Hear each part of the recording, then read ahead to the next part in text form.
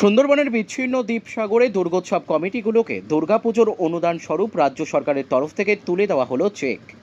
প্রত্যেক বছরের ন্যায় এই বছরও মুখ্যমন্ত্রী মমতা বন্দ্যোপাধ্যায় দুর্গাপুজো কমিটিগুলিকে অনুদান স্বরূপ 1,10,000 টাকা দেওয়ার কথা ঘোষণা করেন।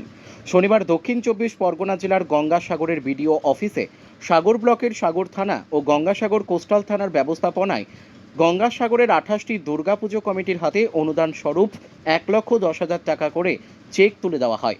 এই চেক প্রদান অনুষ্ঠানে উপস্থিত ছিলেন সুন্দরবন উন্নয়ন মন্ত্রী বঙ্কিমচন্দ্র হাজরা, সাগরের বিডিও কানাইয়া কুমার রাও, সুন্দরবন পুলিশ জেলার অ্যাডিশনাল এসপি কৌস্তব দীপ্ত আচার্য জোনাল, সাগর এসডিপিও সুমন কান্তি ঘোষ, সাগর থানা ও গঙ্গাসাগর কোস্টাল থানার ওসিরা।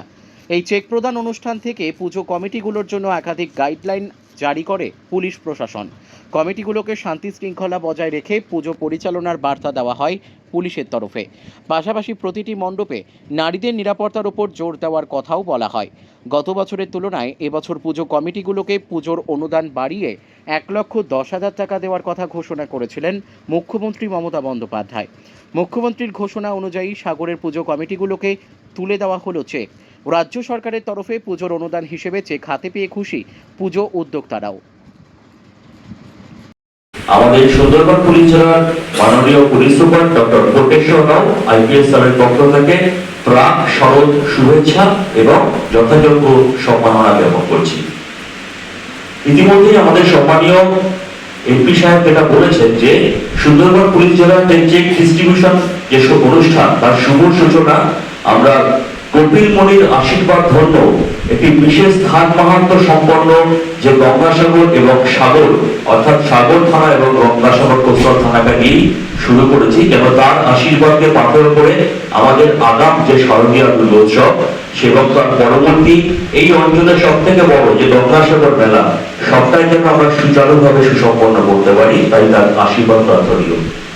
সবার আগে যে কথাটি না বললেই নয়, সবার আগে আমি সম্মাননা জ্ঞাপন করছি পশ্চিমবঙ্গ সরকারের মাননীয় মুখ্যমন্ত্রী ম্যাডামকে, কারণ তারই মস্তিষ্ক প্রসূত এই যে দুর্গাপূজার অনুদান স্বরূপ এবছর যে সমস্ত ক্লাব সংগঠন 1,10,000 টাকা করে পেলেন, এই টাকাটা আবার কয়েক বছর আগে যখন আমরা বিভিন্ন দুর্গাপুজোর আমাদের পাড়ার দুর্গাপুজো বা অঞ্চলের দুর্গাপুজোর আমি কখনো সেক্রেটারি কখনো কালচারাল সেক্রেটারি ছিলাম, মনে করতে পারি যে সেই সময় চাঁদা সংগ্রহ করাটা কতটা দুরূহ ব্যাপার ছিল।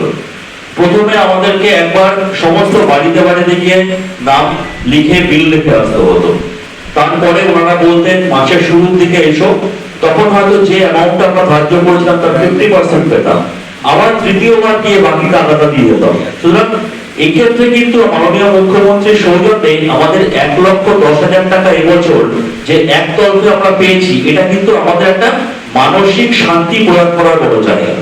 কারণ বিভিন্ন সময় আমাদের প্রতিমার জন্য যে বায়না করতে হয়, ঢাকির জন্য যে বায়না করতে হয়, পূজা অনুষ্ঠানের জন্য যে অর্থ লাগে, সে সময় আমরা সবটা সম্পূর্ণ করতে পারি না। কিন্তু আমি মনে করি এবছর বা বিগত বছরগুলিও যেভাবে আমাদের দুর্গাপূজার যে আর্থিক অনুদান আমরা পেয়েছি, সেটাকে যদি আমরা সঠিকভাবে ব্যবহার করতে পারি, আমাদের যদি সুন্দর মানসিকতার পরিচয় দিতে পারি, তবে কিন্তু এটি আমাদের একটি সুন্দর দুর্গাপূজা এবং আমাদের স্থানের যে গৌরব তাকে ধীরে ধীরে গৌরবোজ্জ্বল করে দিয়ে যাবে।